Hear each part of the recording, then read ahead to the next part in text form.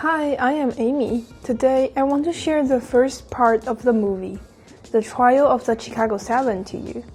This part is about an important part of protest in the movie. We are going to focus on characters and groups in the movie, so let's move on.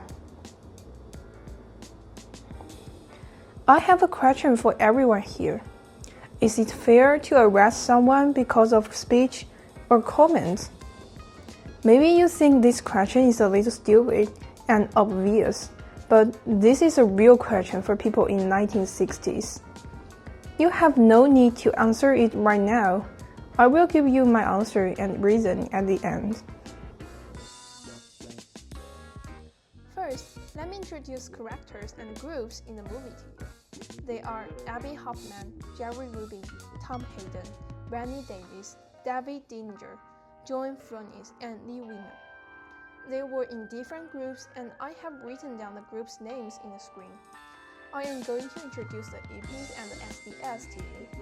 Activists are not the major characters in the movie, but they did lots of important events in the history, such as Martin Luther King.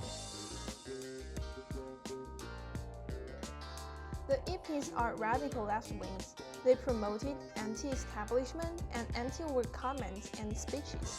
They unite all traditional vendors, and also they enjoyed to challenge the authorities. We can easily find out this from their Free Love Party in the park. They were emotional and radical protesters. And now, maybe you have a question about what is anti-establishment. I can give you answer in wide definition. Anti-establishment is a kind of opposition toward mainstream institutions, authorities, or norms, often advocating for radical change for reform. And now, we have a current question. Are they bad people? Does these things recall you about the movie? It is about the first riot in the movie. Jerry Rubin led a group of protesters to the park, but they were full of police who were in a state of police riot. Police riot refers to the situation of police owing too much power than they should have originally. Then, police will not do what they should do. Instead, they do what they shouldn't but they want to do, just like the situation in the movie. Police hit the protesters with real violence. Does that sound so bad? I think so, and the history also thinks so. Police riot directly caused hundreds of injuries and deaths. Okay, let's back to the Jerry Rubin. Do you notice a girl who holds a US national flag was insulted and pulled down by 3 men, which we can easily find out they were policemen in a little later. But anyway, police went to put her down and teared her clothes. Jerry Rubin rushed to fight with police and covered the girl with his jacket. However, he was finally pointed by a gun and arrested by the police. Who were the bad guys? I believe you can answer it right now. The SDS promoted anti-war comments through a policy-focused movement. Also, the hugest way to change the situation is through the president elections, in their opinions. And now, I provide a part of lines to you. Can you find out the major difference through the lines? Abbie Hoffman. Winning elections, that's the first thing on your wish list. Equality, justice, education, poverty, and progress, they are second. Tom Hayden. If you don't win elections, it doesn't matter what's second. And it is astonishing to me that someone still has to explain that to you. So, can you find out the major difference? I think the EPs are a little idealistic because they didn't wear the equality, justice, education, poverty, and progress cannot be achieved overnight, while the SDS is more pragmatic because they know that they should do something with substantive impact. However, I don't think the movement of EPs were stupid or meaningless because they held more passion and determination than the SDS. In this case, the media could catch them rapidly, and it can boost the influence of whole case. They were both two nice groups that awake the awareness of anti-war of the people. Let's back to the charges to the Chicago 7. I give the three main charges to the Chicago 7. The most important, also is the most ridiculous charge to them, is the charge of crossing state line to incite a riot. It is also called as wraparound law. And now I have another question for you. Why did the Chicago 7 say to defend themselves? Also, it is an important line in the whole movie. They said we have the rights to protest ourselves. Do you remember this? This is a line they said most frequently in the court, although the judge stopped them.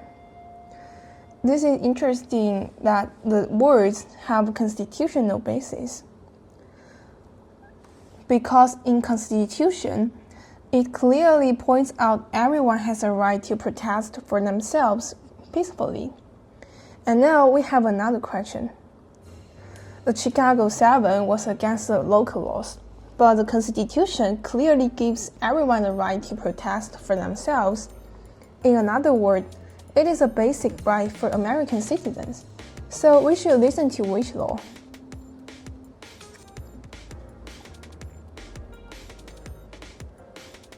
Everyone should know that Constitution is the highest law, and also it is the basis of every other local laws.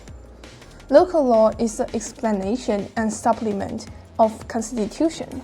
So let me ask you again, do you think which law we should listen to?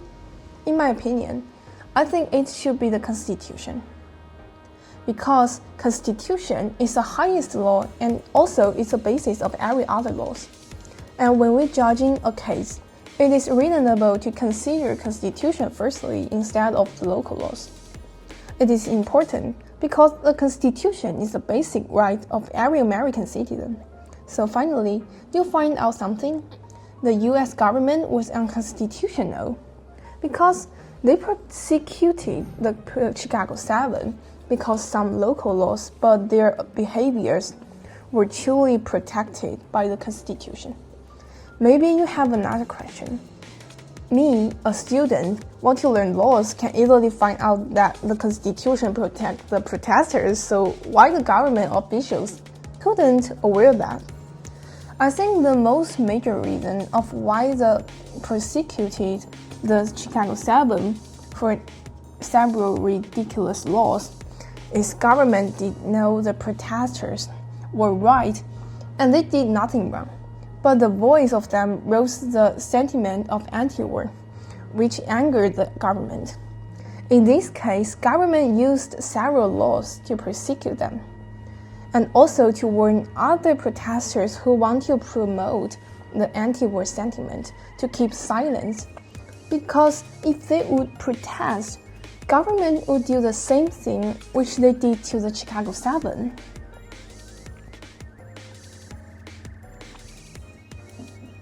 So now, can you answer the question in the beginning? Is that fair to arrest someone because of speech and comments? Absolutely not, because the society needs different voices to help it to change. Also, the Constitution protects everyone who wants to say their ideas. No one should be arrested because they are ideas. Ideas are never harmful. The harmful thing is the people who don't want to listen to the ideas.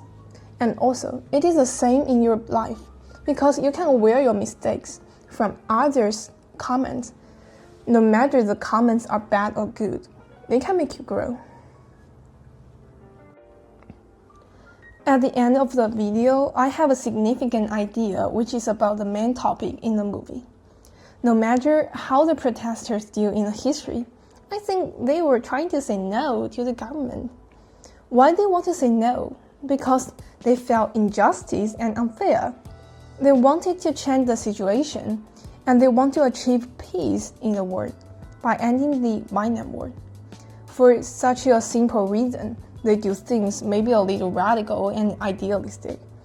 Because of this, we always forget one thing: the courage of challenging authorities. We always put too much emphasis on what they did and what they changed. Instead of focusing on the spirit and courage, maybe you think it will not be that rational. However, they dared to do what everyone wanted to do, but they didn't know or dare to do. It is the same in the modern society. Fairness and injustice, the main topic of law, are always hard to achieve completely. How do you improve it? In my opinion, the best way is through the media and people. It can spread rapidly, and you can also find out whether the idea is supportive or negative. Why not choose to stand up for what you want? Why not choose to speak frankly about your opinions? What bothers you? The answer is obvious. We just need a bit of support and courage. Never be afraid of telling ideas and truth. I hope this inspires you to stand up for justice.